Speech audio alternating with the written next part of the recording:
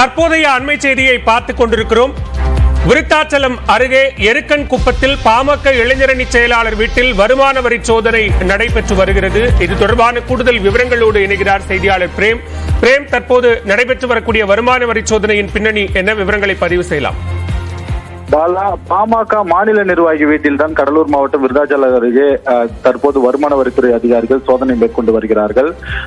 வருகின்ற 19ஆம் தேதி நாடாளுமன்ற தேர்தல் நடைபெறவுள்ள நிலையில் பாமக சார்பில் பாஜக கூட்டணியில் பாமக சார்பில் கடலூர் பாராளுமன்ற தொகுதியில் இயக்குநர் தங்கர் பச்சன் போட்டியிட்டு வருகிறார். இந்த நிலையில் பாமக நிர்வாகிகள் பல இடங்களில் தற்போது தீவிர வாக்கு சேகரில் ஈடுபட்டு வரும் நிலையில் பணப்பட்டுவாடா செய்யப்படுவதாக ஒரு புகார் என்பது எழுந்தது. இந்த நிலையில் கடலூர் மாவட்டம் விருத்தாச்சலம் அருகே உள்ள எருக்கன் குப்பம் கிராமத்தைச் சேர்ந்த சுரேஷ், இவர் பாமக இளைஞரணி செயலராக உள்ளார். இந்த நிலையில் கடலூர் நாடாளுமன்ற தொகுதியின் பொறுப்பாளராகவும் உள்ளார். இந்த நிலையில் அவரது வீட்டில் இன்று வருமான வரித்துறை அதிகாரிகள் சென்னையில் இருந்து 9 பேர் கொண்ட அதிகாரிகள் 2 கார்களில் வந்து தற்போது சோதனை என்பது மேற்கொண்டு வருகிறார்கள். அவர்கள் வீட்டில் உள்ளே சென்று இதுவரை அரை மணி நேரம் ஆகிறது. அரை மணி நேரமாக சுரேஷிடம் தீவிர விசாரணை என்பது நடத்தப்பட்டு வருவதாகவும், வீட்டில் பணப்பட்டுவாடா செய்யப்படுவதாக, பணம் அதிக அளவில் இருப்பதாக குற்றச்சாட்டு எழுந்த நிலையில் வீட்டில் பல்வேறு இடங்களில் அங்கங்கலமாக சோதனை என்பது மேற்கொண்டு வருகிறார்கள்.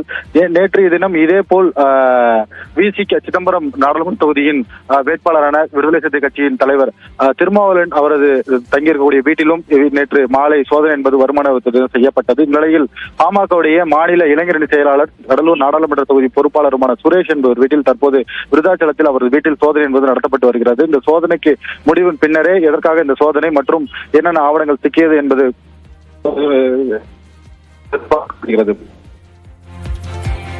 நன்றி பிரேம், விரிவான விவரங்களை பதிவு செய்தமைக்கு.